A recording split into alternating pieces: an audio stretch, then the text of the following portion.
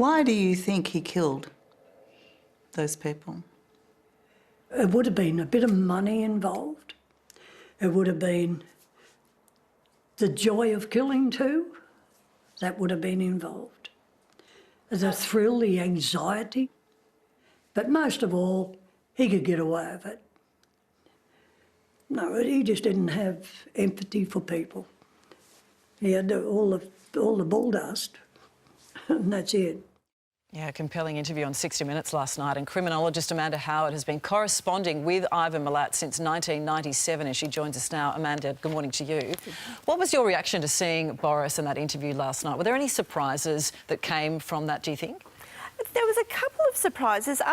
The way he was so emotional when talking about the victims was actually quite surprising, because he has spoken out a lot over the years about the case.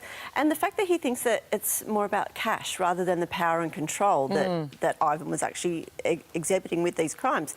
But also, when they asked him about a possible second killer, he sort of gave a little look that suggests to me that maybe the family knows a little bit more than what they're telling. So you think he knows, there's been a suggestion all along that Ivan Milat didn't act alone. You think Boris knows who that other killer is? Yeah, and we have a family that closes ranks. So I think that there's a lot more to the story, and it would be great if we could find out more truths. But I think they're closing the chapter, and they hope that it all just goes away now. Because that's the thing, the family itself, apart from Boris, are in absolute denial that Ivan Milat committed any of these crimes in the first place.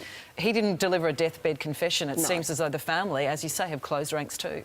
Yeah, they have, and they're not going to say anything, and they're going to keep these secrets for the rest of their lives. We're not going to get a deathbed confession from anyone else either.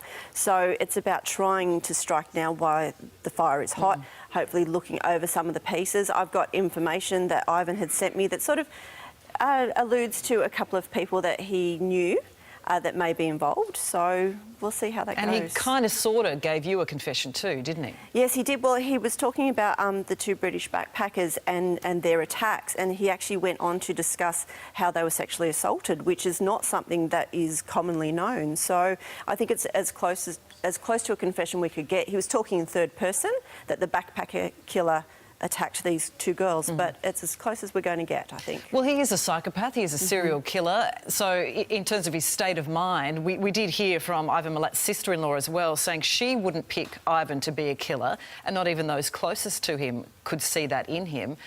Did he have a split personality? It's not a split personality, it's about compartmentalising their crimes, because this is how they get away with it for so many years, is because they have this facade, this friendly persona. Even the people who lived in his street said, you know, he would go out and chase the kids with a hose and babysit and do things like this, and at the same time he's this violent serial killer. And they're only able to get away with it because they can fool the people even closest to them. And so a lot of people, like the BTK killer's wife, she had not known for 40 years that she was married to one of the most infamous killers of all time. So this is how they're able to manipulate those closest to them. Ivan Milat isn't the only killer that you've corresponded with. You've got quite the roll call of criminals that you've actually had dealings with. Phone calls from Charles Manson, a lot of conversations with killers from around the world. David Burney, a serial killer in Perth. We spoke on the phone for many, many years before he took his life.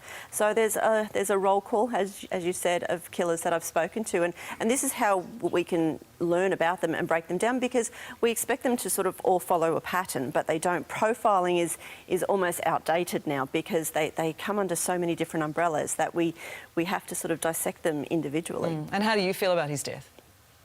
It's a strange thing knowing that someone I've known for 20 years, but I think knowing that he was dying of cancer, we knew this was coming, it was inevitable. But it's a strange thing that the book I was writing with him is now I have to just rely on everything I have. I can't sort of go and pull apart anything else, because he's taken a lot of secrets to the grave. Yeah, so a strange feeling for you. Yeah. All right, well, it's fascinating to hear your insights into that correspondence over many years, and we look forward to the book as well. Amanda, thank you so much.